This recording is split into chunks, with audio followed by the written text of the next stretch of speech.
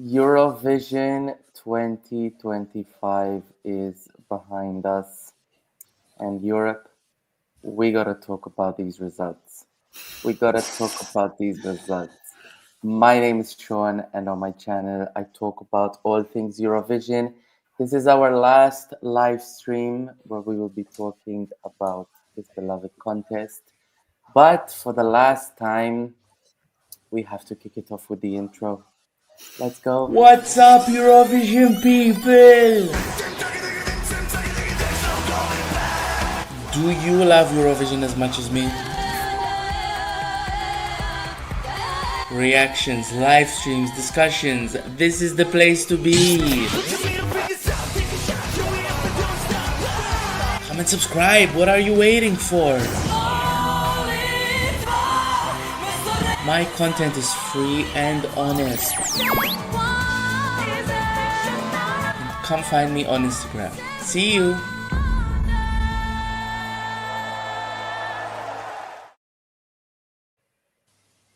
Seventh wonder indeed. Hello, everybody. Hello, everybody. We are gonna talk about the results of Eurovision 2025 in this next hour. Did you fart? No, I pulled my laptop back and I have a laptop cooler just under it on a glass table. We're gonna break this down, but as usual, for the last time, we are almost 1,700 people on this channel. So take this moment to make your voice heard. Subscribe to my channel so you have everything ready for next year. So when the Eurovision content comes back, you guys will be the first to get it. We have some people. Can't believe this is the last live stream. Florian, I can't believe it either. Hola from Spain. Hola. Hola. We got some folks from Spain watching here. Oh Lord. Oh Lord. Indeed. Robert. Oh Lord. Well, let's start off by letting you guys introduce yourselves for the last time. Make this moment count because we won't be doing this for the next few months. Ervin, kick us off. Hey, all, I'm Ervin. I'm from Budapest. I'm the editor-in-chief on escbubble.com. And yeah, glad to be here again.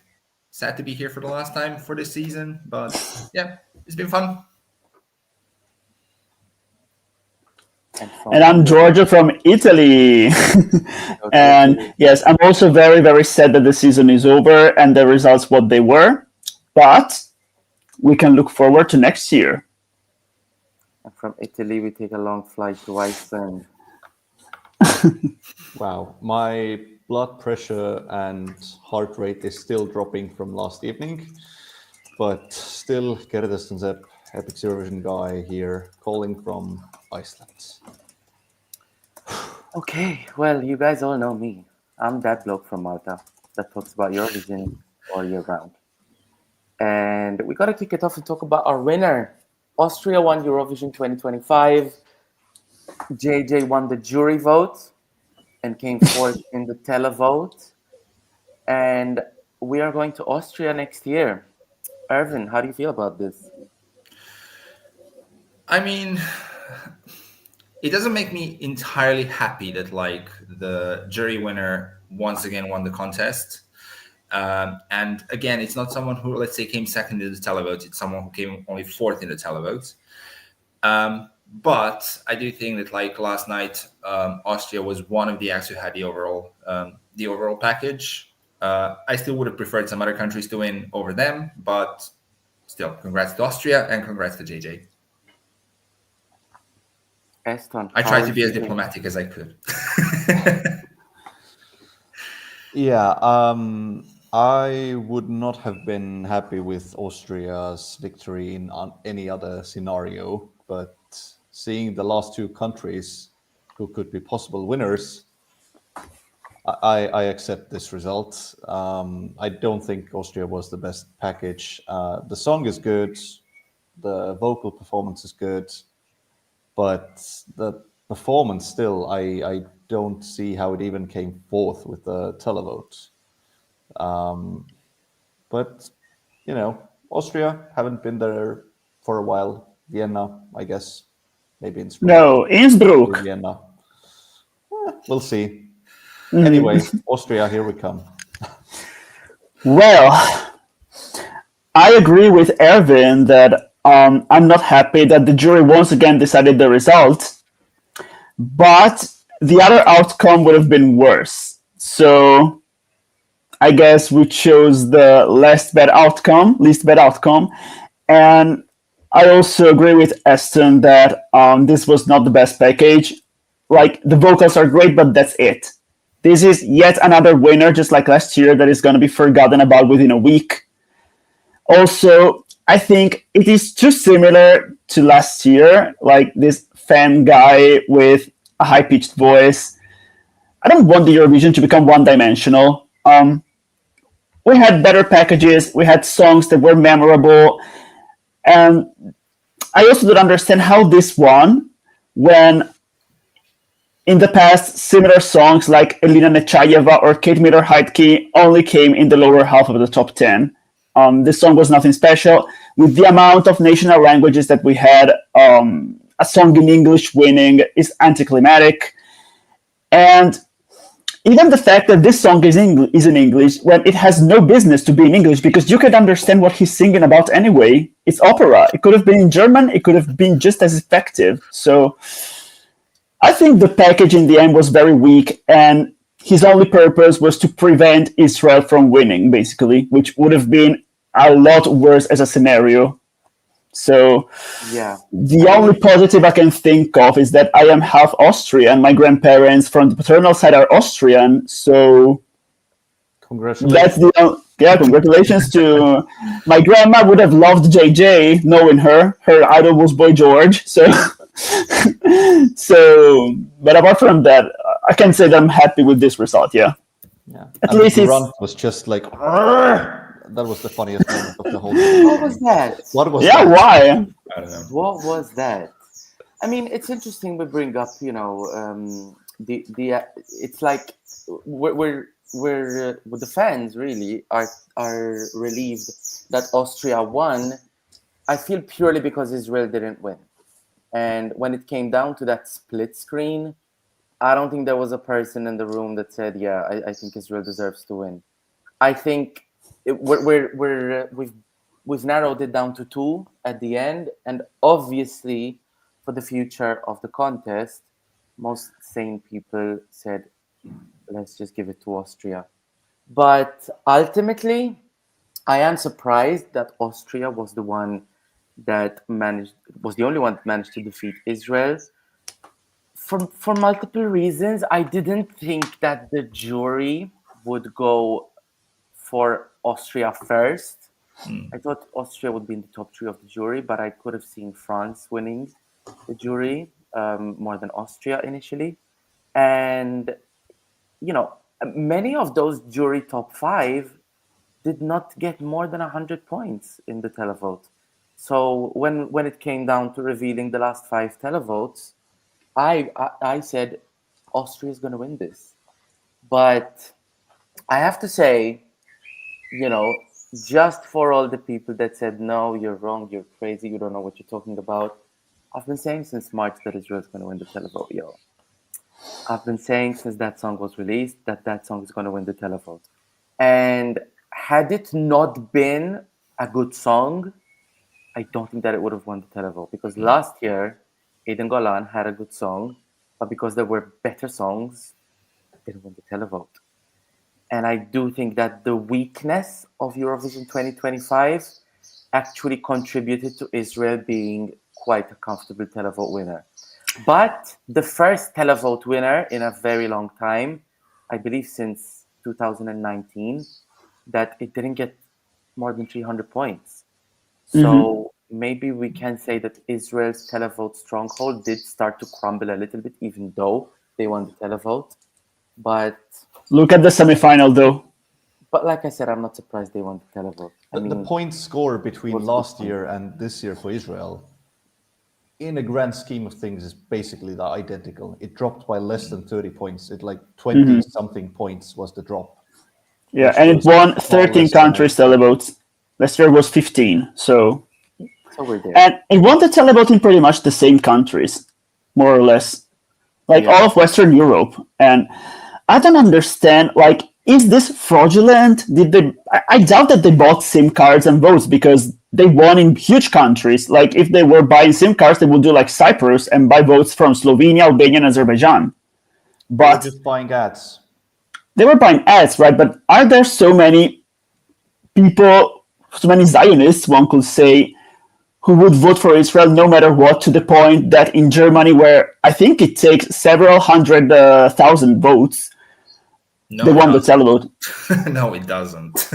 That's weird. I mean, and also that song is not among the top 10 most watched on YouTube. It's not among the top 10 most streamed on Spotify. It's weird. I mean, it doesn't feel like a public choice.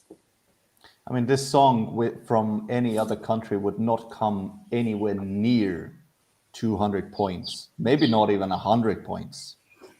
But we all know why the point score is there. There's only one reason for that. Yeah. And that the song is a decent ballad, a bland but good ballad. It only contributes this much. Well, I don't think that, I could feel that there was a huge decline in quality from last year to this year, because last year there was Eden Golan, who herself had huge charisma on stage, huge stage presence. She had dancers, she had a choreography. You know, Yuval has amazing vocals. The song is slightly weaker than Hurricane, but my issue is that she has no stage presence. Like, she looked very awkward on stage. So this leads me to think that Israel's result this year is entirely owed to it being Israel and doing some tricks on the televote. And I'm surprised because I am one of the few Euro fans who is supportive of Israel, but at this point I think that they're actually spoiling the fun of the contest. Absolutely. They should really skip a few editions. I have to disagree here, though, because I genuinely thought that the Israeli performance looks absolutely beautiful, and she sounded amazing. She sounded amazing, she did not need any dancers. She did not need anything else on stage. It was, but she herself, the way it was. She kind of lacks charisma, you know. Like, she was just awkwardly going around. I don't know. It didn't come across as awkward to me whatsoever. No, I think the performance was complete, and I think, you know, casuals, there is obviously a lot of people who voted for Israel for political reasons, but I also think there is, you know, Israel having a good song. Same as Ukraine. Exactly. Let's be honest. That's different though. Ukraine is diaspora. Israel having a good song, actually, you know, it's like the other half of points, because there are people who, you know, are not in the Eurovision bubble like we are. They are not, you know, thinking about the future of Eurovision. They just sit down on the final to vote for the song they like the most. And but I think Malta 1978's comment is actually something that tells the story. People that vote based on song quality did the votes. Probably. Yeah. I mean, yeah, he's right. But I do think that there were many people who just voted for Israel because they liked the song. And I'm not trying to, you know, pink wash, you know, Israel's participation or anything. Everybody who's been on this channel knows how I feel about it. But yeah, I can't say it was purely down to politics. I would argue that a song like Ukraine, for example, probably got a lot of its televotes for the people who want to vote for Ukraine rather than Bird of Prey, the song. That is more of a, I think that is more of a political vote, especially with Ukraine winning the semi. And as well, I mean, it still stands, you know, they announced Ukraine as the last semi-final qualifier. I knew that they would do very, very well because they announced them last and they actually won the semi. Ukraine won semi-final one. How? That's shocking.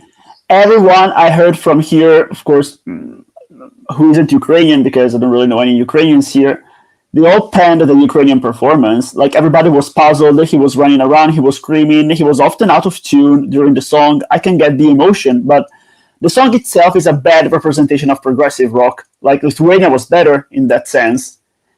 And the styling was awful. The colors were awful. Like, there was nothing salvageable about that act.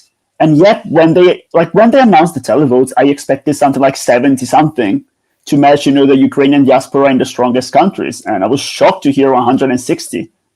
No, it was always going to be more than 100, but less than 200. But yeah, I'm honestly just getting tired of watching Eurovision and just praying that Israel doesn't win. I'm really getting tired of this. It's year 2, but I'm sure we're gonna get more years like this in the near future, and I just don't know what to expect. I need a break, honestly, from this Eurovision season again. I'm gonna say These something past years have controversial. just been exhausting. I'm going to say something controversial. And in a way, this is coming from a Eurovision hardcore fan who has lived, like all of us, through these Israelification of Eurovision for the last 2 years. Last night, when I was watching, the televote, and it came down to Israel and Austria, I have to admit, there was a part of me that felt, what if we just let Israel win? So maybe we can really and truly see the implications of How about the Israel. countries will withdraw? Yeah. I feel like we need to break Eurovision a little bit for it to be fixed. And I'm going to pull up this comment from Fatih. Fatih, you're not wrong, brother. You are not wrong. I guess because it's going to be another year next year. Like, we know what next year is going to be like. It's going to be the same as this year in terms of this whole political drama and Israel at Eurovision. And I can't help wondering what the hell needs to happen for Eurovision organization to understand the implications of Israel at Eurovision. And maybe we just need to let them win to get it out of the way, because I feel like it's going to happen. I feel like it's going to happen. The more we live in this political climate, I feel like it's going to happen. Israel. You know what's going to happen? If they win, then the EBU won't allow them to host because they're a country at war, so it's not safe. So they will host somewhere else, like Germany, and that's going to be it. Nothing's going to change.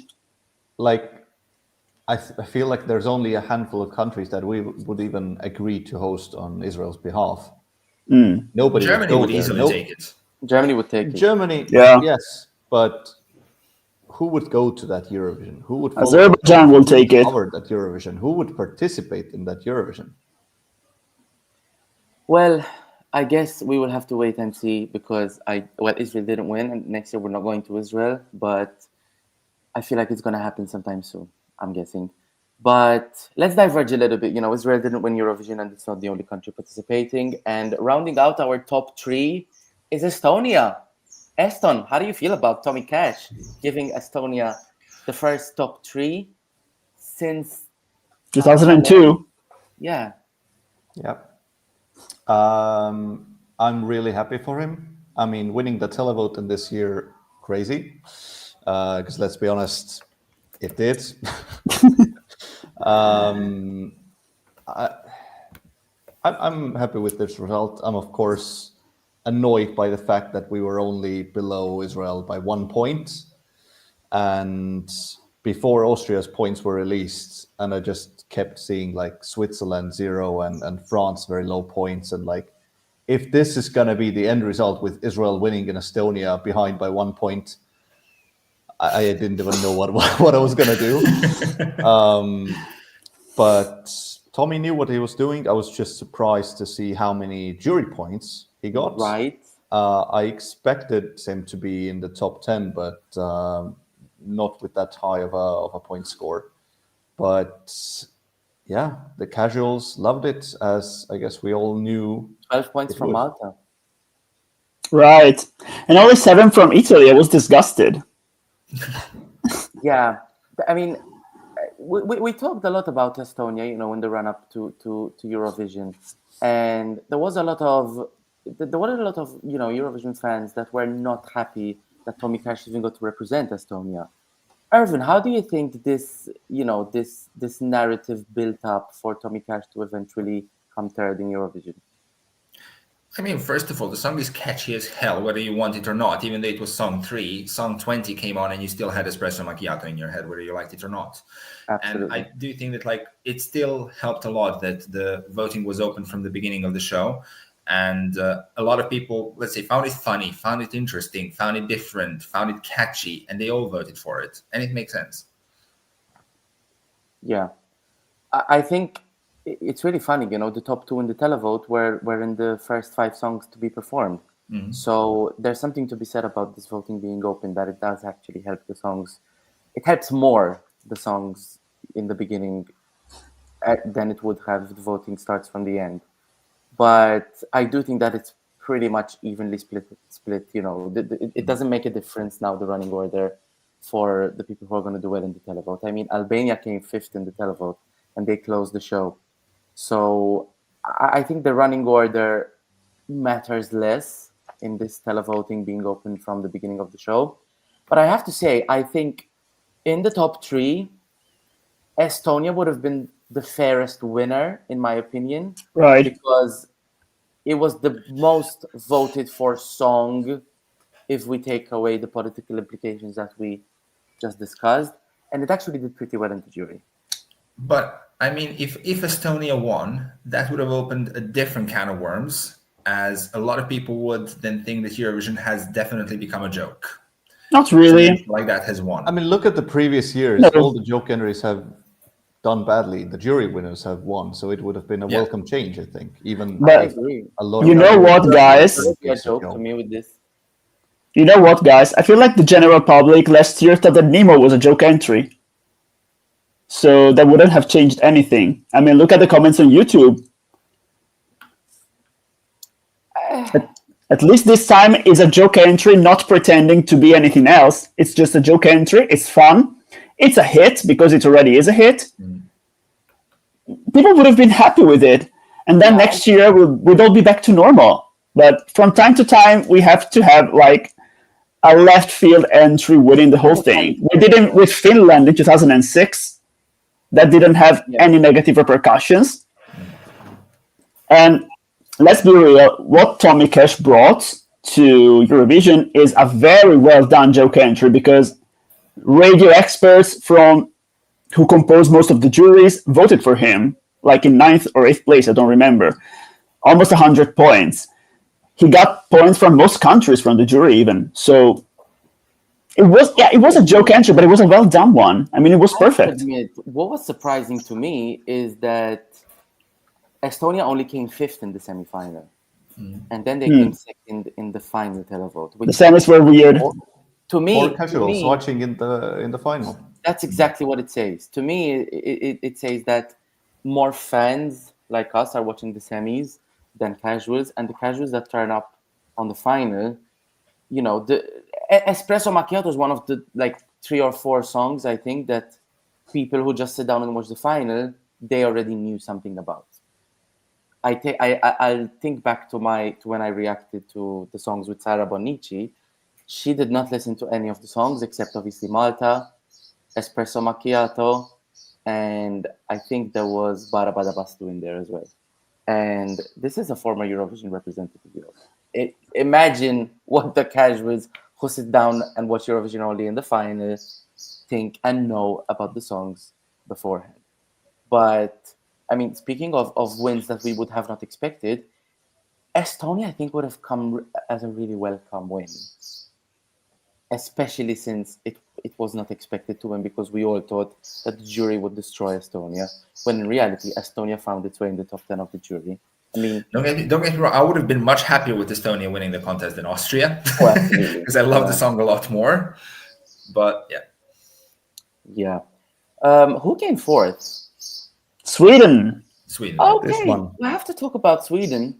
Again, I'm going to pin a comment that I made. Sweden came 3rd or 4th in the televote? They came 3rd. Right? Third. Yeah. They came 3rd. When Sweden's televote score was going to be announced, I was expecting a 300, but Me too. I did say that I think Sweden's expectancy in the last few years really did not help the televote score of Bara, Bada, Bastu, because for the last, 500 years, Sweden has been sending slick pop songs. Some of them even won Eurovision. And I think the expectancy of people, of the casuals watching Eurovision when it comes to Sweden, was a slick pop song. So I think that might have contributed to the fact that Sweden didn't win the televote. But Eston, I know Sweden was someone you were cheering for. What do you think about Sweden eventually only coming 3rd? Fourth. Fourth. I'm surprised, but a lot of the kind of televote favorites did get very low point scores. Sweden, Finland, I mean, even maybe would expected more for Albania. Like, I'm not quite sure yet why Sweden didn't click more. I guess a lot of people that would have maybe voted for Sweden voted for Estonia instead. Fourth place is not horrible. It's not bad. Even by Swedish standards, it's still in the top 5. They did well with the televote. The juries, I thought, should have or could have ranked them higher. But overall, I think still they can be proud of the result. And I don't think they can or will think that, oh, okay, this didn't work. We need to go back to what we were doing for the past 20 years. So I'm disappointed. I would have much rather had Sweden as the winner, of course. Yeah, the song is a hit. It re-entered the Spotify chart yesterday, global Spotify chart, and it was the only one actually. So that song is a hit, and I believe that along with Estonia and Germany, it's going to be the hit of the year charts wise. But I actually disagree a bit with Sean's expectancy and everything, because I'm starting to feel like people were kind of getting tired of Sweden always doing the same thing. So maybe this change was welcomed. The only thing that I think didn't work in their favor was that they made a song about something that is not associated with Sweden. Sauna is associated with Finland. So I think had they represented Finland, they would have done better. It's kind of like if, I don't know, Denmark sent a song about Northern Lights. Nobody associates Northern Lights with Denmark. They're associated with Norway or with Finland, and that's why Spirit in the Sky was a televote winner for Norway. So, you know, yeah, expectancy, but about another country. But I also have to say... For Mauer Sport, so happy for second place. Austria deserve it. Well, you know, New Day Will Rise is a song that is worthy of second place at Eurovision. I will say that. So thank you, Mauer Sport, for the chat. And also have to pull up this comment. Part of the reason I was absolutely on Team Kai after Mello, seeing and hearing how it affected the audience was convincing. I do have to agree that or at least I really, really hope that Sweden learns a lesson here, and you know they can do Eurovision by sending something that is not a basic English pop song. And if this won, maybe it would have impacted Melodifestivalen next year a little bit more. But I'm actually curious now to see what Mons is going to say about this. Mons would have won this Eurovision. Do you think Let's so? face it. Yeah, he would have gotten more than 300 from the jury. And from the televote, a little less than Kai, but he would have won. I think overall he would have done better. Mm-hmm. Maybe. I just hope he doesn't say anything, because he shouldn't. And I just hope there weren't many songs like Mons' Revolution this year in Eurovision, so it would have stood out with slick performance. And but in any case, I don't know if it would have won, but maybe had a good chance. Yeah. Well, rounding up, he's very capable. He's very capable. Top 5 was Italy, and I have to say, I expected Italy to be in the top 10. In the top 5, I don't know, but in the top 10, again, talking about expectancy bias, people just love an Italian ballad, don't they? Giorgio, what do you make of this result for Lucio Corsi? Well, first of all, I knew that Italy will be top 10, maybe not as high as number 5, but expected anything between 6th and 9th. I expected this exact vote split, actually, 100 and something from the jury and around 100 from the televote. And yeah, we just sent something that completely fit people's expectations about Italy. So a singer-songwriter with like a very artsy presentation, something very intimate, live vocals, because there was no prorec in our performance. And Aston was right. Like the Estonian televote gave us 7 points. So people up there must be very enthusiastic about Italian stuff. But yeah, I feel like Italy is kind of like the Japan of Europe, like that country that everybody likes and people will just vote for because, oh, it's Italy. So, Ervin, last night I did when I was watching the jury scores, there was one thing that you said that actually came to fruition. Slovenia giving Italy 12 points. Oh, yeah, 24 points. There we go. And we have to pick up a little bit on this. Southern European countries, I think, have a very, very, very high, what's the word? Like they think highly of Italian music. And whether or not they like the song, I think they're always going to appreciate the quality, the honesty, and the raw, genuine nature of Italian songs. And it definitely showed in last night's result. I mean, Italy came top 10 in the televote as well. Yeah. Again, for the 8th year in a row. But I mean, like it was a fun performance. Again, it was so different to everything else. It kind of had this like retro vibe with those massive props that they had on stage as well, with the slightly adjusted color of the entire screening or the staging, if you will, as well. And Lucha gave a very good vocal performance as well. And I also think that like it was very smart from their side to put the subtitles of the entire song translated into English on screen, because a lot of people, I feel like, connected to the song more than they would have if it just remained in Italian. I, for one, did as well, because I didn't really think that much of the song before the contest, to be perfectly honest. And like even in Sanremo, it was nowhere near being one of my favorites whatsoever. But when I actually let's say was forced into reading the lyrics and understanding like what the song was about, I was like, this is not bad at all. And like I actually like started in a way liking it as well. So yeah. I feel like I went on a journey with this song. In Sanremo, I didn't like it. I think it was one of my bottom picks. But once it found its way to Eurovision, this song just stands out. And you know, a lot of people this year talked about all the Italian we got in the songs, you know, San Marino, Estonia, Italy. But even though we had 3 songs that contained Italian lyrics, this one just stands out, even though this is probably my least favorite song in Italian of 2025. So I feel like whether you like the song or not, you cannot help but respect it. And that definitely showed in the jury points. I mean, Italy did not get, I think it got like 12 points, but I think it got points from almost everyone. Yeah. And it really, really showed that the people who were on those jury panels, and I refuse to call them music industry professionals, they respect Italy's quality at Eurovision. And this year there was some chatter about, you know, Rai maybe ditching Sanremo as the choice for Eurovision. Rai, don't do anything like that, okay? Keep sending your Sanremo winner or your second or your third to Eurovision, because what comes from Sanremo is always going to be respected at Eurovision, whether it's a song appreciated by the Twitter stands, Eurovision fans or not. I mean, proof is in the pudding. Italy came 5th. This did better than Angelina Mango. Can you believe it? I can't believe it. I mean, we It's better more believe Italian it. than Angelina Mango was, so easy. That's exactly yeah. why. Oh, yeah. I mean, Angelina was also very Italian, but...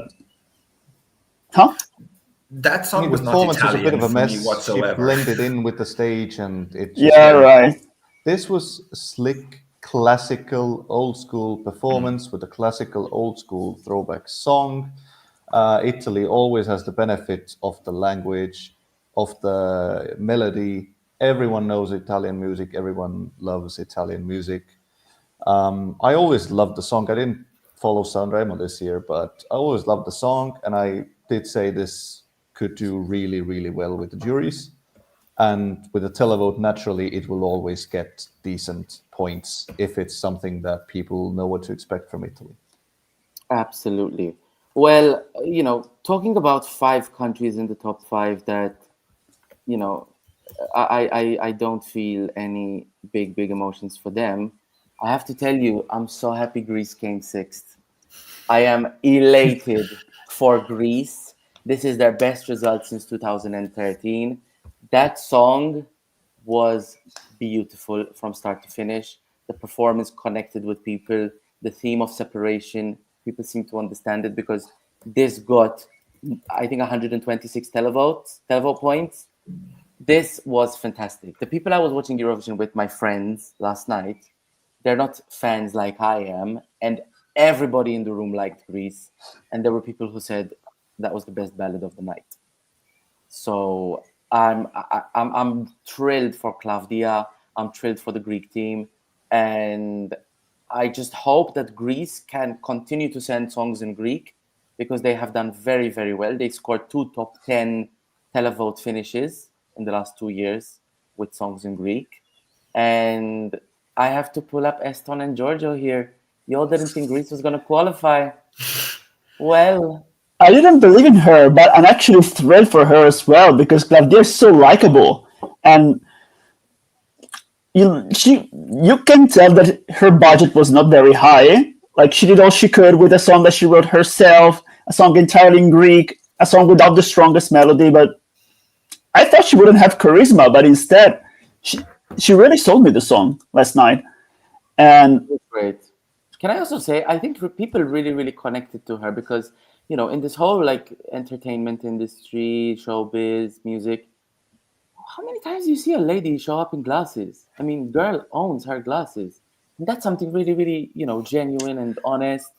Yeah, she's very regular. She's very honest. Yeah, and I think people, you know, that her image helped push the message even further. Yeah. And especially in the Balkans, again, Ervin, got to pull you up on this one. You did say the Balkans were going to show up for Greece, and I think Montenegro jury gave it 12. Yeah. I don't know who else, but Israel. Israel gave Greece 12 points, and I was very surprised about Me that. too. I was very same flag colors. But seeing, you know, how Marina Satti behaved with Israel last year, Greece was the last country I would have expected to get 12 from the Israeli jury. I mean, this year nobody was really critical of Israel, like last year, where they ganged up against Eden Golan. So I don't think they had anyone to avoid voting for, I guess. And Sean, just to defend myself, I said Greece wasn't going to qualify based on the 30-second clip. Yeah. But I did correct myself afterwards because the whole performance absolutely worked and did deserve a great finish. It was really, really good. And yeah, I mean, speaking of Eden Golan being ganged up on, I think she's the one ganging up on everyone right now. But she don't deserve the airtime. France came 7th, and that televote score, I think, was deserved. Ervin. Props to your mom, Sean, first of all. I told you. Like, I did not see a scenario where this song and that performance would only score 50 points. Like, that was the biggest surprise of the evening for me, I have to say. A bigger surprise than the UK and Switzerland getting no points. I easily expected France not necessarily to win the televote, but I saw no scenario where they would get less than, like, let's say 120 points. Right. That was a huge surprise. I'm still glad that, like, she finished in the top 10 because, like, she absolutely deserves it. She gave, in my personal opinion, an amazing performance. Yeah, I'm just still shocked about that televote. I didn't expect such a low score. I was expecting more like 200s for this, and I honestly much preferred France to Austria. And I felt like people could easily connect with the song. The performance was beautiful, absolutely beautiful, stunning visuals, and great vocals. Everything was perfect about it. Maybe that was the problem, but then again, you look at Switzerland, 0 points, an intimate performance. And Switzerland was very close to a point because Switzerland came 11th in the Portuguese televote. Wow. We're talking about 1 point. I know, but still. Yeah. That doesn't change basically anything. I've waited all season. And she did not deserve that. Finally. It was a great performance, and wow. We'll at least we're giving Sean what he's been waiting for this entire season. Punch. But you know what, guys? I don't know if you guys We're not even talked. arguing. I know. We're agreeing. I don't know if you We're guys arguing talked to anyone over from the song. England, but the BBC, the commentator, kept making jokes about Luan's performance because they said that the sand looked like diarrhea, and they kept making poop jokes like they went on even after her performance. It was hysterical. Nobody took it seriously. I have to echo this a little bit. When we were watching France's performance, for the first minute, people were talking about, is it sand, is it cork, is it rice, is it, like, we were trying to guess what it is. Then we were shocked by the diarrhea, like imagery behind her. And then the last bit of the performance, we were wondering that it was basically the same dress. Yeah. Hyping up this Paco Rabanne lace gown that they're only gonna show off on the final performance. It was basically the same dress. Why all that PR? Why all that hype over a dress that is literally the same thing? And I think France here learned a lesson, along with Cyprus. We are not victims here of PR, of internal hype. The amount of press that France tried to generate with this song, releasing it in the very last moment, the dress, the staging, it was all promises that are, leading up to something that cannot, you cannot exceed those expectations. You are setting up yourself for a disappointment. And, there are countries that have no PR or press, like Italy, for example. Italy never talk about their performance until we see it. And I think it works. France really, really needs to work on this because it's not serving them right. And Lazara got the same amount of televote points as Luan. Jesus Christ. Like, I thought France would actually win the jury. So I did think France would do better, much better in the jury. But that televote score, I have to admit, I'm not surprised by it at all. I just gotta say that, I think that France and Italy, let's say, play a very different type of Eurovision game. Let's call it that. France always tries very hard. France always tries to be, in a way, mystical and mysterious, etc. Whilst Italy, they just don't really care that much about information and press and promotion, etc. Because also Lucio, he didn't do a single sort of Eurovision preview event. He didn't do a single interview with anyone almost. So they're just gonna go to Eurovision, do their thing, and do well. Absolutely. Well, coming in 8th after France was Albania. And I have to tell you all, after seeing those jury scores, I'm relieved that we actually got Albania in 8th place. Because, I'm sorry, this is, I feel like I cannot do my usual jury rant because, thanks to them, we're not going to Israel. But that just proves, a score for the scores that Albania and Poland got, even though Poland is not the song you would expect to see do well in the jury, but if we're rewarding quality, if we're rewarding talent, and if we're rewarding originality and diversity, there is no way in hell that Albania should have received the jury score that it got. Thank you for the televote, for appreciating Germ and giving Albania its best televote score ever. I am delighted that the people have better ears than juries. Eston, disagree with me. But then again, Latvia really surprised me in the jury, coming 7th. I expected Albania to do much better than Latvia. I thought the juries would tank Latvia and not appreciate the culture, the language, very ethnic, original performance at all. And it came 7th. So, I mean, Ervin is thrilled. Hats off then. Albania, of course, did deserve more from the juries. But this was the country that we probably got the most right in our predictions. We were talking about 6th to 8th place, somewhere around that, and it did happen. So at least one country that we got right. Absolutely. Did Albania get 10 points from the Italian televote? I think so, right? Yes. Our televote gave 12 to San Marino, 10 to Albania, 8 to Israel, and 7 to Estonia, and 6 to Ukraine. So this is the top 5 that I expected, not in this order, but still, those countries were what I expected. Yeah. Well, I'm really for Albania. I'm delighted as well. Like, I don't understand what was wrong with the juries. I feel like they have a hate boner for Eastern Europe at this point. I mean, I already thought that before. I'm just repeating it now because, you know what? I was telling my friends who don't really follow Eurovision but who are interested that Albania is one of the highlights because they were up against big names of the Albanian industry in their Sanremo, and yet they won, and they even won their televote. Like, they won based on the quality of the song alone because they were completely unknown. So this is an amazing story. It's kind of like the Baby Lasagna of 2025. Came out of nowhere and did amazing. So underdog story, yeah. So I'm delighted for them. They were fantastic. And I'm hoping that Albania keeps sending fantastic songs in the future as well, because they are a very good music industry and they need to show it off. Yeah. Ervin, you did say Albania would come top 10, but in the lower end. Did you think that Albania would get this jury score?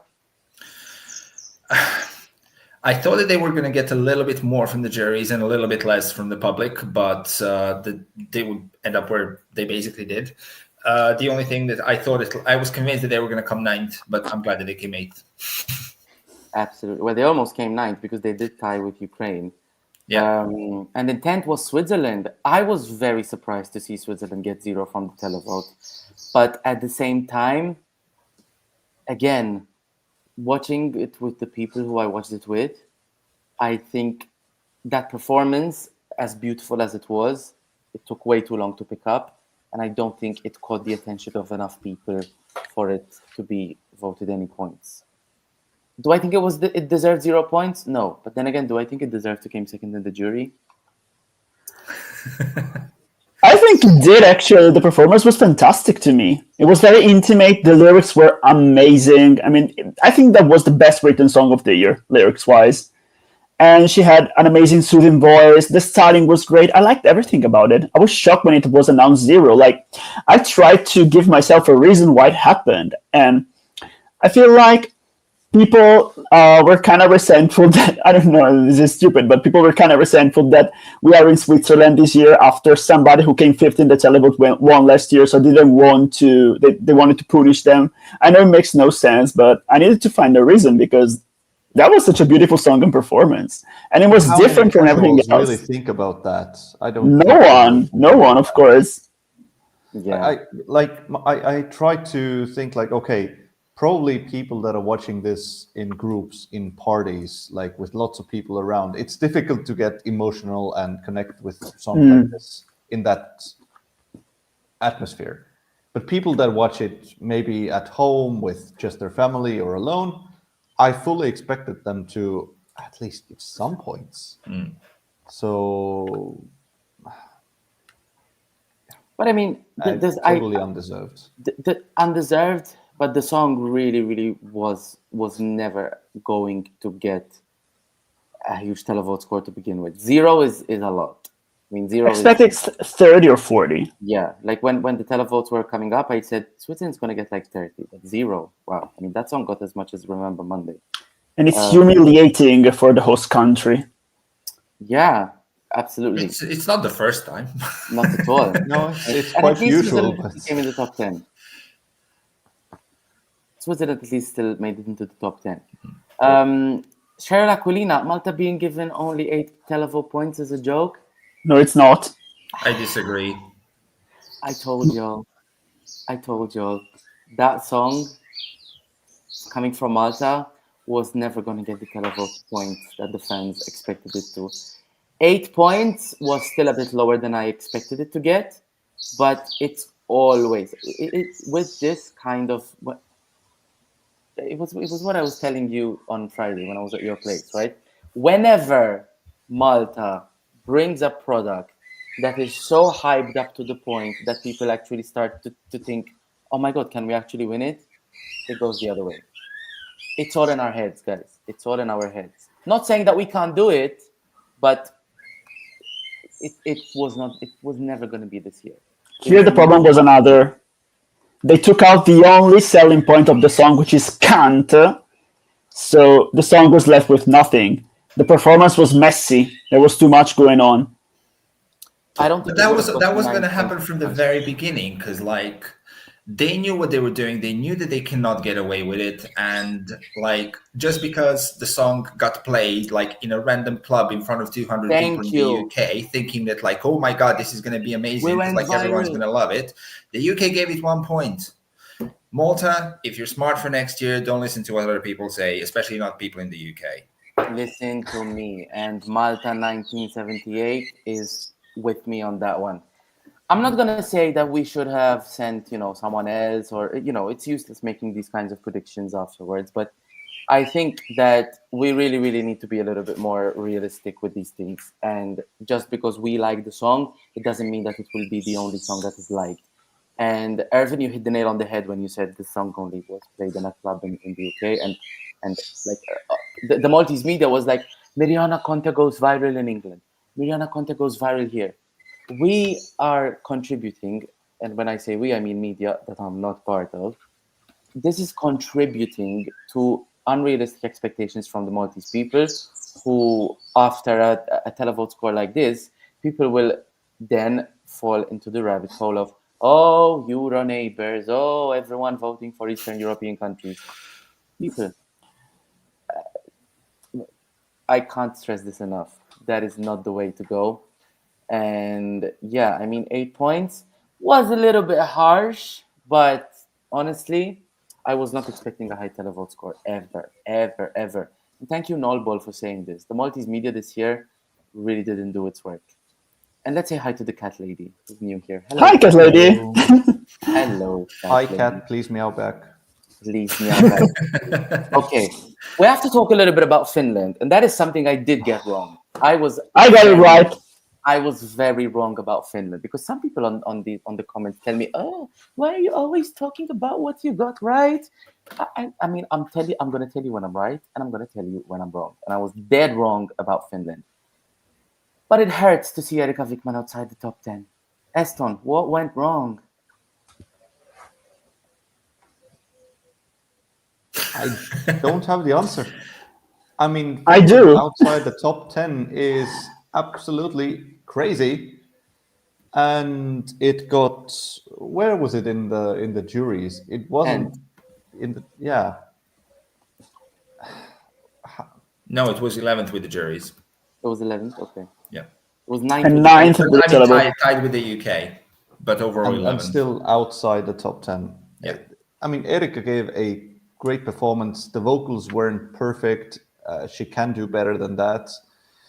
But still, I don't get it. Georgia, I don't give think me the the vocals answer. mattered, though, because for me, Austria sounded very, very, very not like the studio cut either. And Israel, Yuval Raphael, her voice was very strained during the performance. So I think last night, even with the mixing that we talked about yesterday, I don't think anyone sounded amazing, to be honest. I mean, even Melody. Who? Greece did. Greece did. Even Greece, I felt like, I mean, her voice was perfect, but it didn't sound loud enough to me. I mean, just the mixing wasn't great, but like she's the only one who I feel that like literally hit every single note that she was supposed to. Absolutely. Well, Giorgio, tell us what Finland got wrong, because you did say that this might not do as well as we thought. I mean, I gathered some comments from casuals, and I was not surprised that it came 11th. Like, I actually think I said it in the last stream that Finland sounded like an 11th place to me. And the problem with her was that the song was the performance was very vulgar, and it has no class to it. Everybody found her very vulgar. And excuse me. Look at Malta's opening and the legs, and like that's a vulgar performance. But Malta was a hamala. Nothing vulgar about Erika. She was classy. I don't know. Like, people said, who is this porn star? Like, I don't think that she convinced a lot of people to vote for her because of this. She was very, let's say, detached from the public. She served a great show, but at the same time, people were like, why would I vote for this? I could. I mean, for me, it was perfect for me. But yeah, I do think that even looking at the results, Eurovision televoting is allergic to anything slightly sexual. Malta got paid that. Australia didn't even make the final.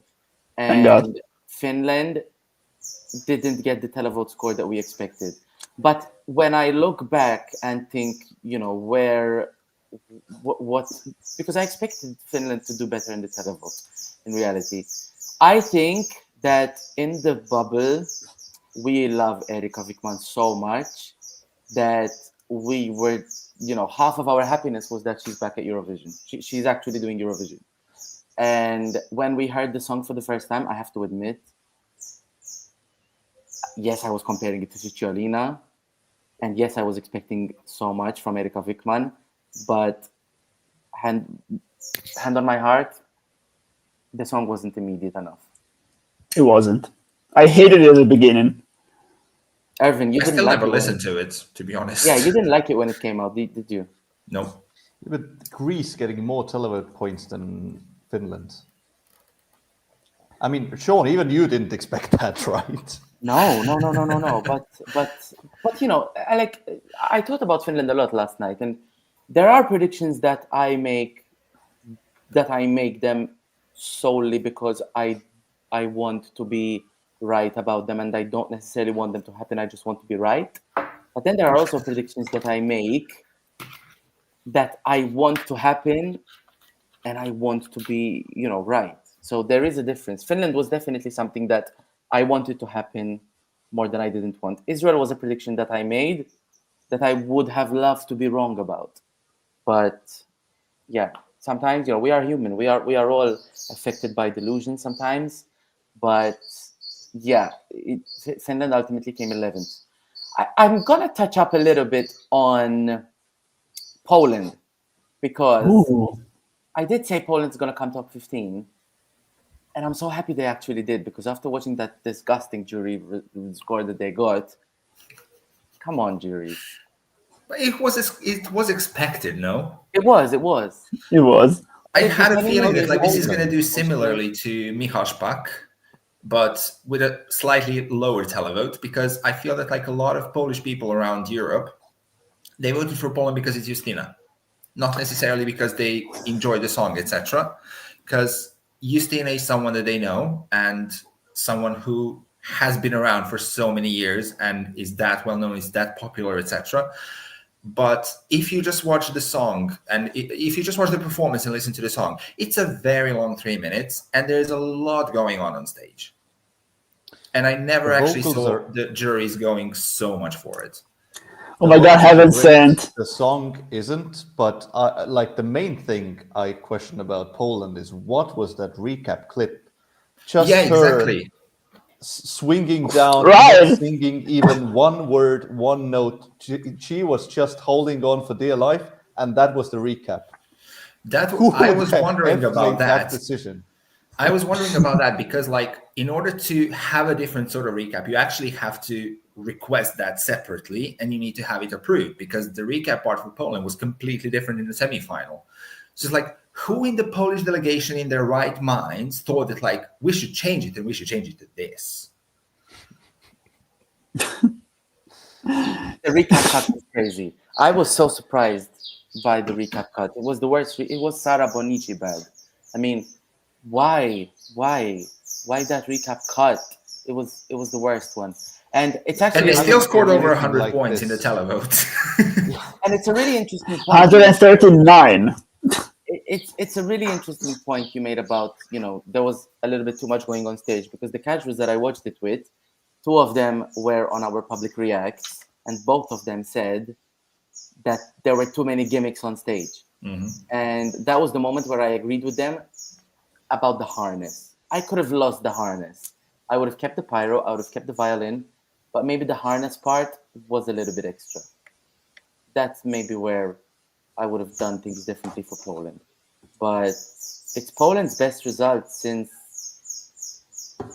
for a very long time as well, right? Since Michał Prague, really. Yeah, Blanka came 19th. Blanka came 8th in the televote or 9th. Ohman did better. Ohman came 12th. Yeah. Ohman did better. Well, yeah. I disagree that it was mostly Polish diaspora voting for Poland, though. I mean, with only the diaspora alone, Poland can get around like 40. We saw it with Monika Kuczynska. We saw it with... No. Sorry, no. They can get way more than 40. Excuse me, but like you have a lot of Polish people in Ireland, in Iceland, in the UK, Belgium, Netherlands, Czechia, etc. Yeah, but all of these countries voted. Look at 2015, 2017. Look at last year. Poland didn't qualify. Right.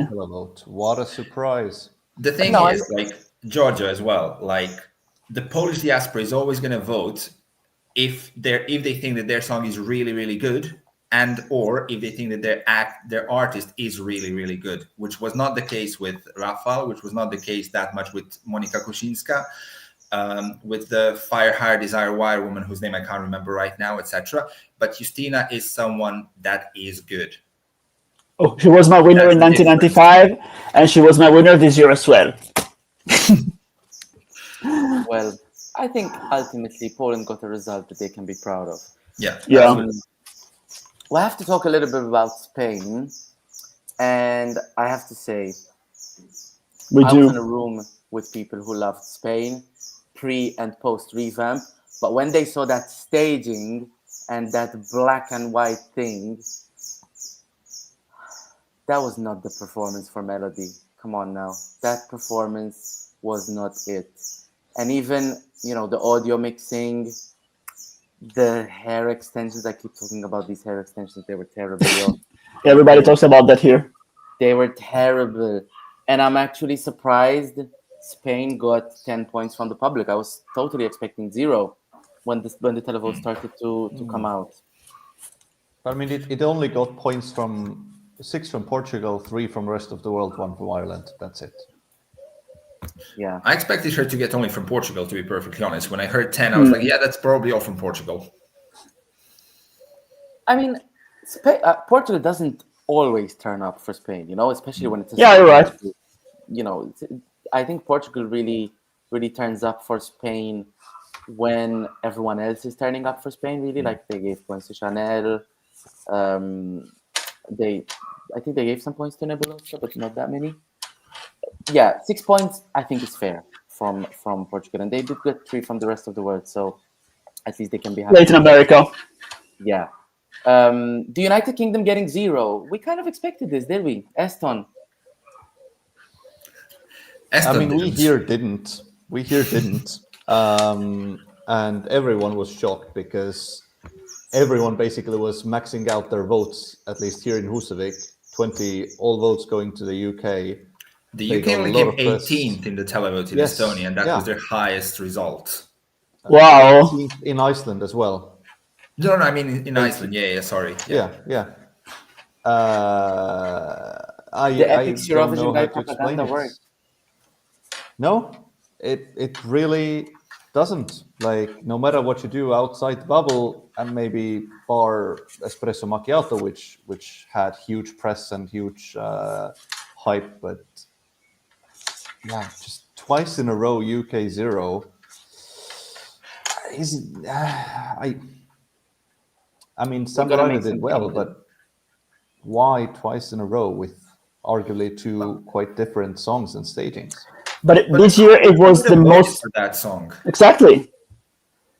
It was the most predictable thing about this year, in my opinion. Like, I've been saying it since the song came out, nobody's going to vote for that. Why would anyone vote for that? People see it and feel like, wow, this is a waste of space in the final, first of all, because it's automatically qualified. And second, the UK, the biggest music industry in Europe, how dare they send something like this?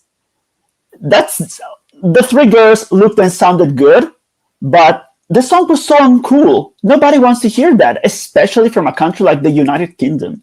I think that's scandalous. Like, the BBC really needs to do something and stop sending stuff like that, or BBC Radio 2 type of songs.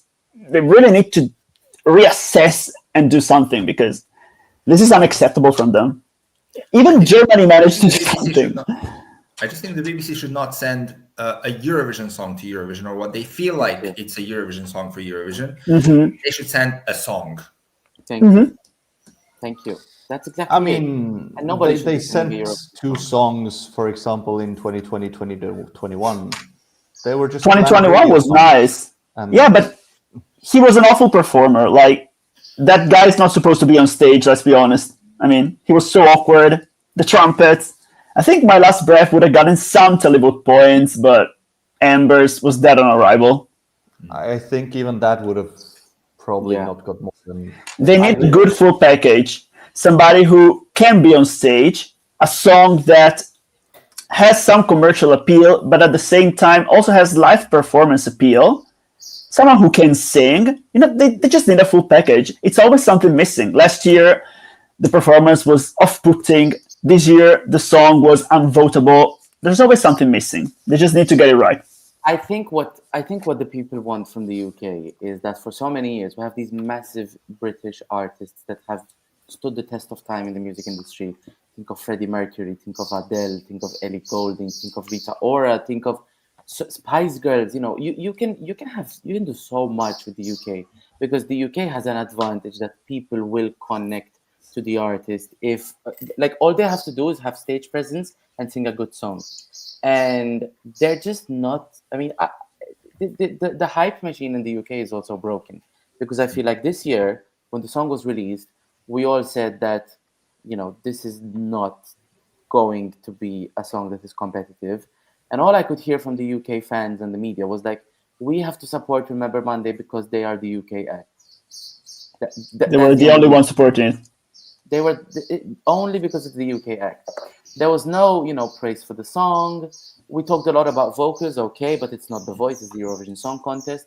You know, good vocals will be wasted on a bad song. And my biggest surprise for the UK is actually that Italy gave the UK 12 points. But our jury is always random. I never wanted to harm an animal in my life more than I did to Topo Gigio. He didn't vote. He was not the one voting. Poor mouse, poor rat. United Kingdom. I expected him to say Austria, but I mean, that spiced things up a bit. But you know that the Italian jury always votes very randomly. We gave 12 points to Love Is Forever. Oh, yeah, the Italian jury. Prison for that. Yeah, they are the reason why we don't need juries in this contest. Come on.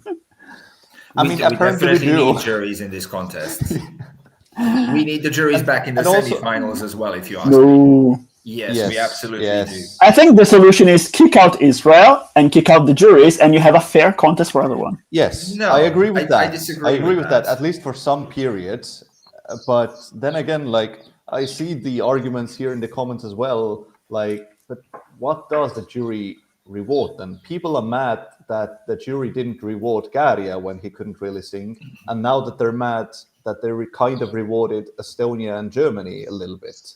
So what are people mad about regarding the juries? They're always mad about the juries, no matter if they reward something or if they don't. I have to. This is the question for me about the juries, and I will let you guys answer it, and I want people in the chat to actually contribute to this one as well. If Israel was taken out of the equation, what is it about the jury that we will be thankful for? Exactly. Keeping balance. What balance? Having, in a way, possibly in any other year than this one, let's say, having a more leveled final. Because, for example, like, let's just go back when Hooverphonic were competing in Eurovision. Hooverphonic would not have qualified purely based on the televoting, and at least like in my personal opinion, that was an amazing song, and that's a song that I still listen to.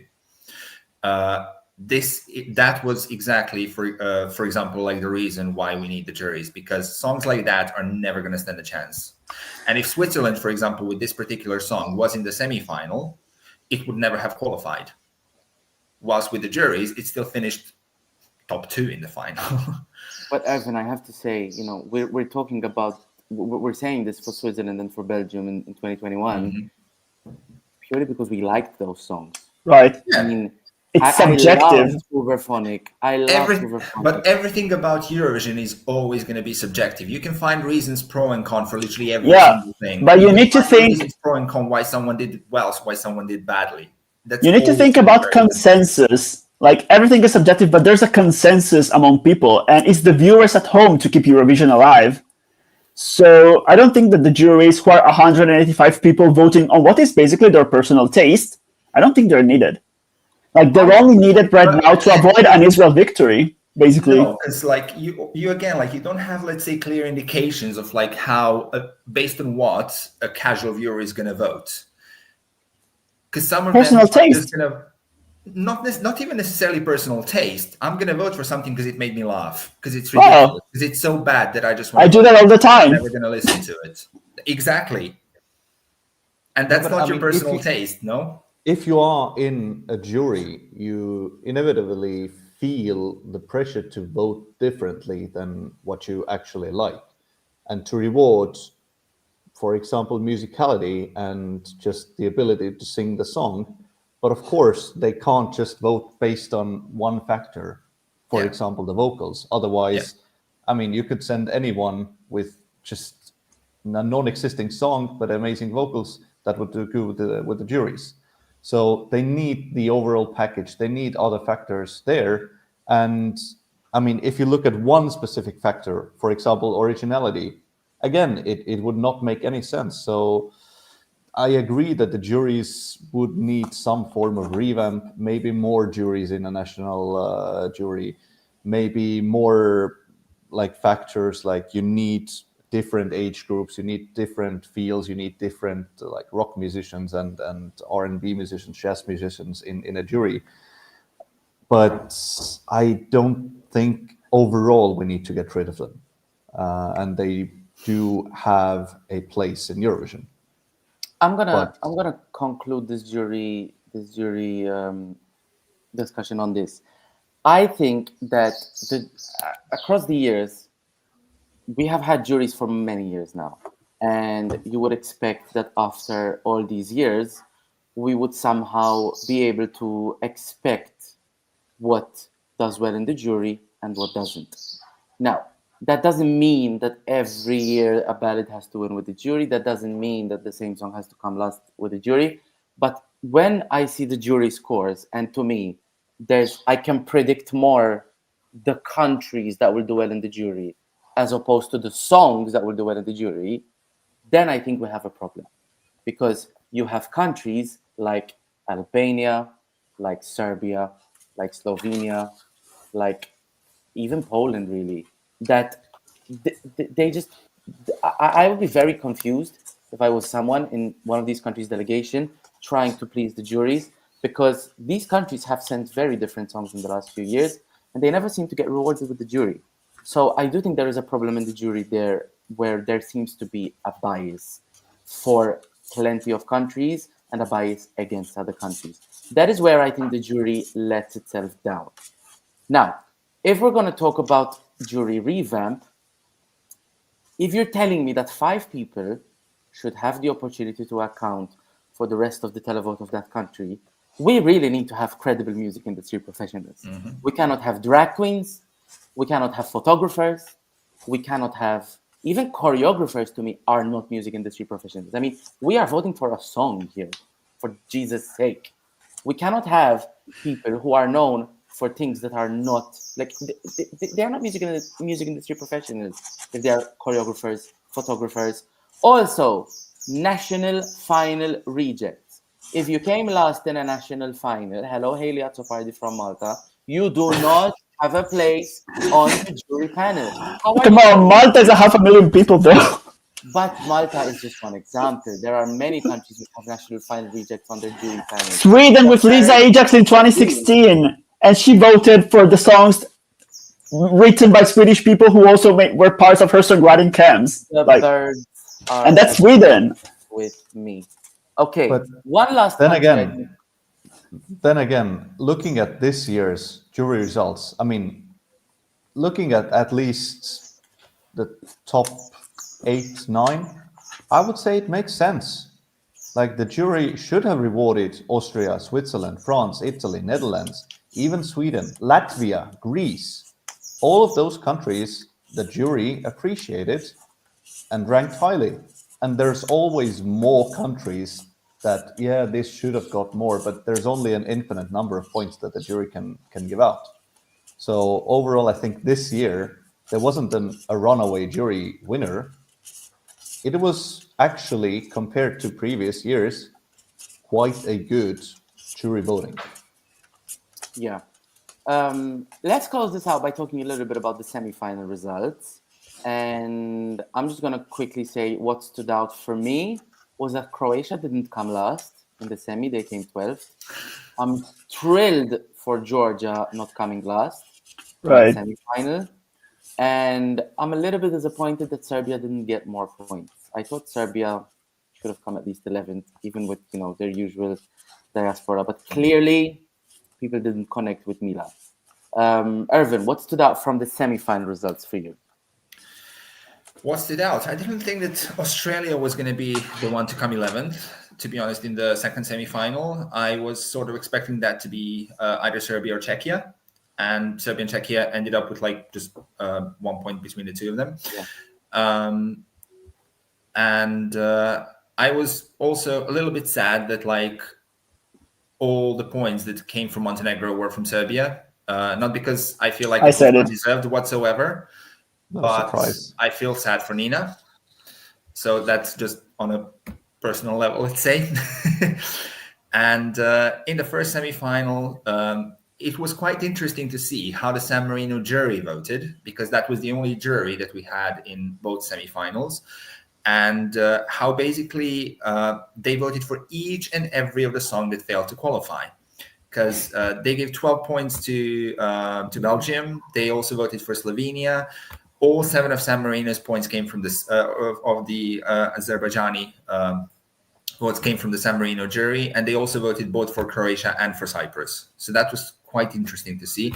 And this is why, it would have been interesting to see how all of the backing juries voted, in case the televote crashed for whatever reason in any of these countries, how these results would have been different.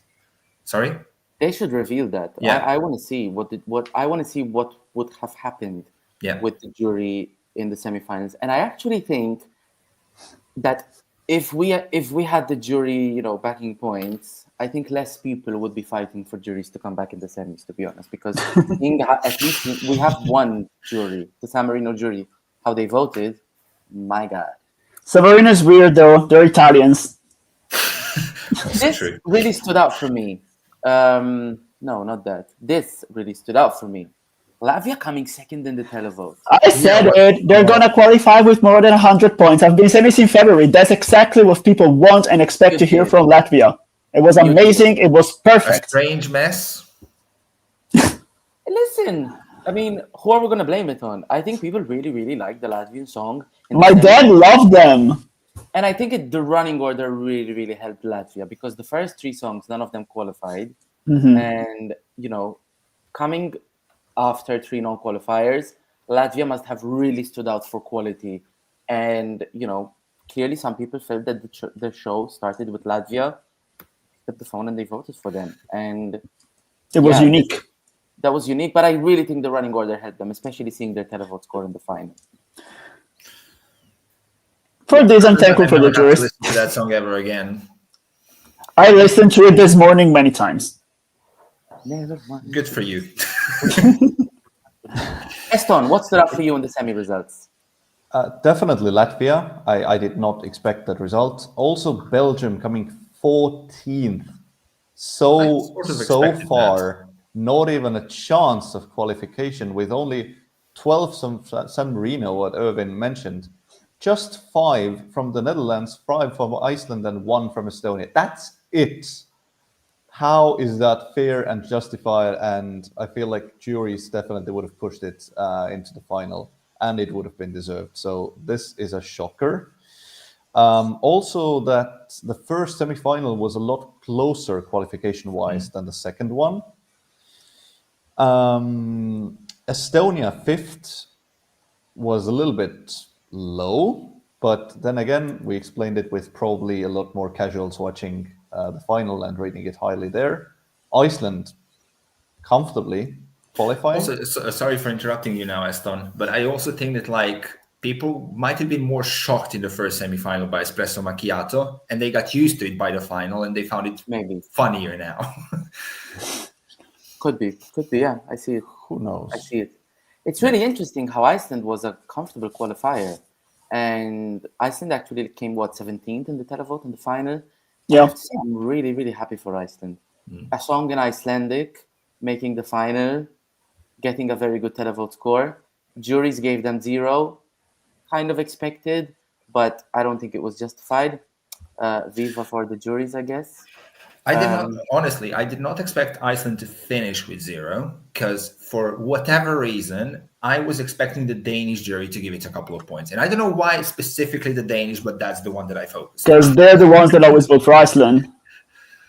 But that was not a jury song at all. Like it was it was definitely not. It deserves 0. Yeah. They didn't deserve 0, but I expected them to get a 1-digit point score from the juries. So 0 is not too far off. And I mean, Czechia isn't really surprising to see it so low. They really messed up the performance. Yeah. But the styling was awful. What surprised me was Austria only 5th in the semi, behind Greece, Finland, Latvia. Worse than Nemo last year. He broke the code, and the code broke. The code still stands because this is literally a replica. I mean, as long as Israel is in the contest, I feel like we're gonna get jury winners who the televote didn't want, and it's only getting worse. Nemo got 200 and something points. Okay, that was.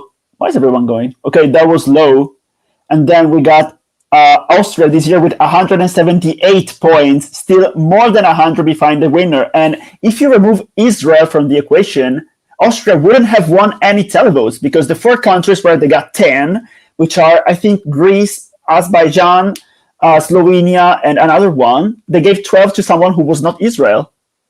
So nobody wanted that to win, basically. This is definitely a problem, and that's why I think we need to just, let's just break Eurovision a little bit more while it's already broken. Let's just let Israel win once so we can really, really feel the implications of Israel at Eurovision. The contest will die. Maybe it needs to, like, in its current form, the contest needs to die a little bit, I'm guessing. Because, like, imagine we have another 5 years of this madness with Israel, having this impact on Eurovision. And we probably will. I want to pull up this comment, actually, because we didn't talk about Germany. And I am so happy that Germany came 15th. And they performed great. They got a very, very good televote.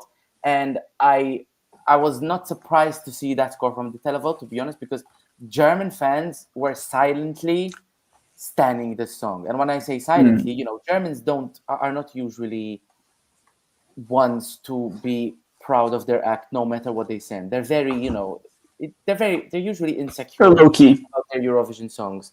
And I'm really, really happy that this song and this result for Germany gave them a reason to not be, silent about a song that they like. And it showed in the viewing figures as well. Germany, this is a really, really good year for Germany. Even though they didn't do as well as last year on the scores, I think this is Germany's best result in a very, very long time. And I think they should be really happy. And it's going to be a massive hit in Eastern Europe. Like, it was number 2 yesterday in Lithuania, Spotify. Maybe today it's even better. But I saw yesterday that their Spotify numbers were amazing, especially in Eastern Europe. Yeah, they're number 1 in Lithuania today. Yeah. So, yeah. Erfan, I know we talked a lot about vocals for Germany. I thought last night it was one of their best. Yeah, I mean, the more she was rehearsing, the better she was getting. And I think that last night was one of her best performances. And in my opinion, it still wasn't great, but it was good, fun, at least, if nothing else. And I'm glad that the public also rewarded them because it was quite a catchy song, let's say.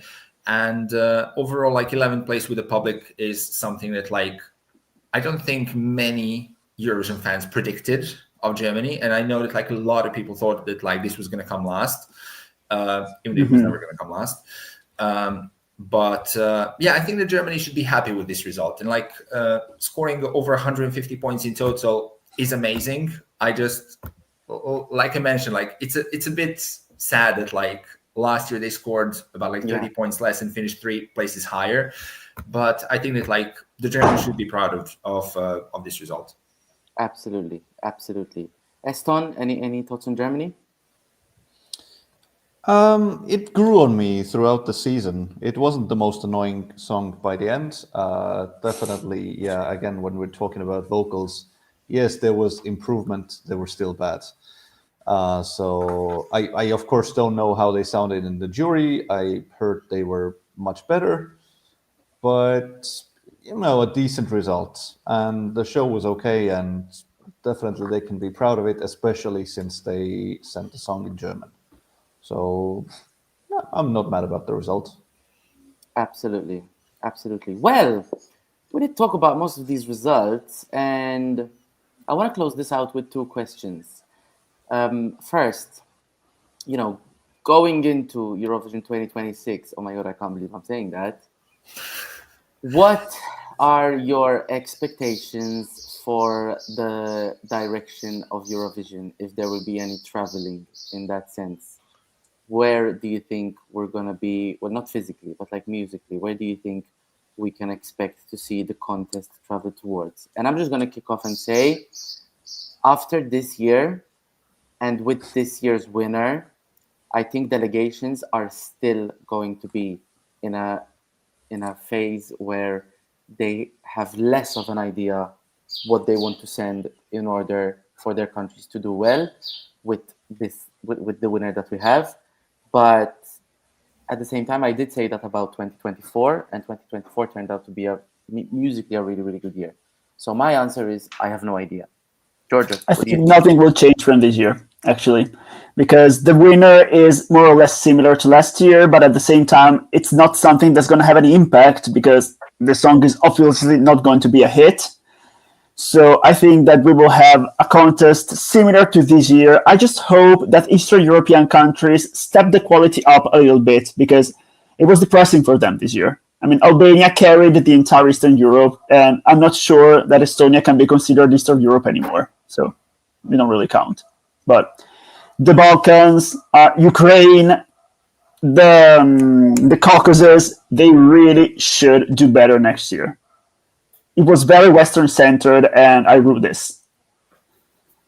Yeah. I mean, about the native language, I do appreciate it, and a lot of countries that hadn't sang in a native language for a long time did it this year. Then again, if you look at the top 3, English, mostly English.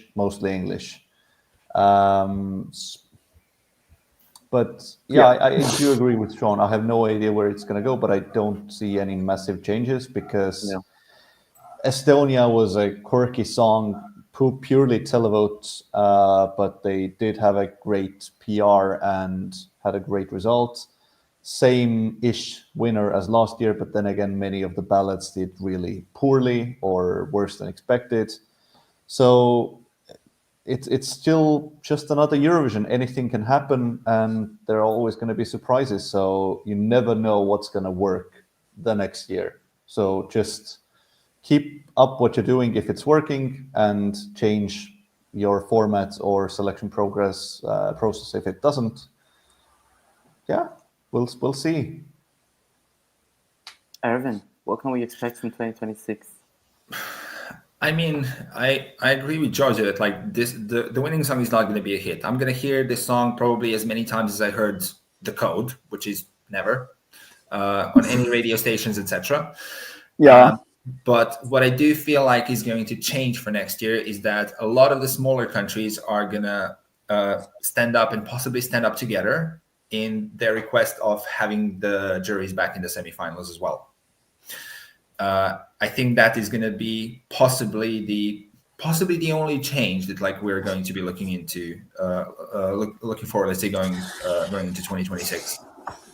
I don't think so because the juries were removed because stuff like Switzerland and Azerbaijan qualified in 2022, and the public did not want to see them again in the final. The public felt scammed about the Swedish victory in 2023. I mean, everybody was complaining, even though eventually Tattoo became a hit, and that's why they opened the televote for the entire duration of the show instead of just at the end, because clearly people are voting less and less. So if you don't let it up to the public in the semifinals, then... And San Marino qualified, and it's the smallest countries in the competition, so... But I mean, like, this has nothing to do with the public, but like with the broadcasters themselves. And I already know of 2 examples who are gonna request this change for next year. Belgium. There has been. I cannot say, but I know 2 countries. I cannot say. Let's just hope those requests. Say it after the stream. I can do that. I mean, Iceland has said it publicly. What's the EBU board supervising? How do they call it? Help me out. Well, they wouldn't have qualified with the juries this year, so they're lucky. No, but I mean, the Icelandic guy, whoever it is, in the board, he has said many years we want juries back.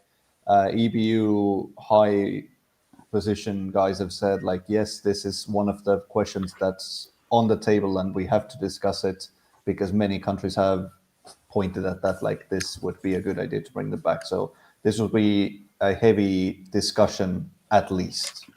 Well, I'm just going to say this. If the EBU actually considers bringing... let me rephrase. If the EBU actually considers this request and doesn't consider the request we have been making for the last 2 years, also by some delegations, then I think the EBU would lose the little bit of credibility that it has left. And I'm just going to... Sean, there's a reason for that as well. Yes, we did. Yeah, I know that there's a reason, but... At least now they said, like, yes, we're open for discussion, we will discuss it. Of course nothing will happen, but yeah, they will just hear them out and be like, yeah, sorry, we can't do anything. Absolutely. Well, my last question is this. Eurovision 2025 is over. 37 artists have took to the Eurovision stage. And what is the artist that you guys would be most interested to keep exploring the music of? And I'm just going to go out on a limb and say, for me, it is Tommy Cash, because I do like those noisy songs. I actually love the song Kari and Baby Lasagna performed last night.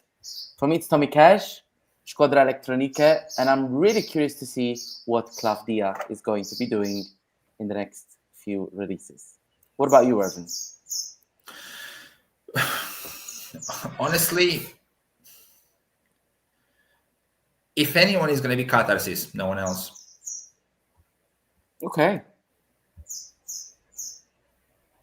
Estonia. Interesting. I think I'm intrigued and interested in when other songs by Lucio Corsi. I've heard that they're great, so and I love Italian music, so of course I will have to check that out. Maybe Claude, Sisal, artists like that. I hope Kyle Alessandro will continue his journey, because this is a very promising young musician.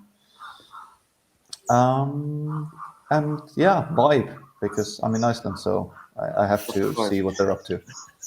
Giorgio, what is the artist you're going to be looking forward to their releases in the next few months? Well, I was already familiar with Justyna Syczkowska's discography before, so her album was fantastic, the one with Gaia. I really enjoyed it. It was very traditional Slavic, but with a modern twist, so I recommend everybody to listen to that. About the artists that we had this year, if Melody is going to release an album, I'm going to be interested. Yeah. And who else? Maybe if Claudia releases an album, I'm definitely going to check it out. She's very... I didn't believe in her, and I actually, reprimand myself for this, because she's so likable, and she proved me wrong, and I'm happy. I'm happy for Greece. And who else can be interesting? Oh, well, Tommy Cash. He remains in my heart. Yeah. I'm really looking forward to has to release as well. I mean, with Tommy, it will just be interesting to see, will he change his course now with espresso macchiato or not? I mean, every now and again he does change and stir up his music. I've never been a fan of his songs. I've never liked his songs. He's a visual artist, but seeing something so catchy and radio friendly as espresso macchiato, who knows where he's going to take us next? Absolutely. Well, I'm hoping we can get some music during summer because we need something to detox from this Eurovision year. Guys, that was our breakdown for this year's Eurovision 2025 results. This is the last time you'll be hearing from me in a very long time, and from these lovely people who I would like to thank from the bottom of my heart for keeping up with my multiple live stream requests. I gotta give a bit of a shout out to Eston because I always want him next to us telling us his Nordic perspectives. And I will say, when I actually did these live streams, the first time I said, I want people who have the most different perspective than me. So from the north to the south, we have brought you the most unconventional, controversial, and sense-making, I dare to say, Eurovision. Most importantly, honest. Honest, right? Unfiltered. Honesty is the branding. Guys, thank you so much. One thing that Yes. I'm expecting from 2026, me and disagree Irving have more to with me? start arguing again. Yes. Because this year we just didn't have enough of that, so we got to bring that back. Irvin, I think we can invite them to Budapestivalen. Could think about it, yes. Yeah.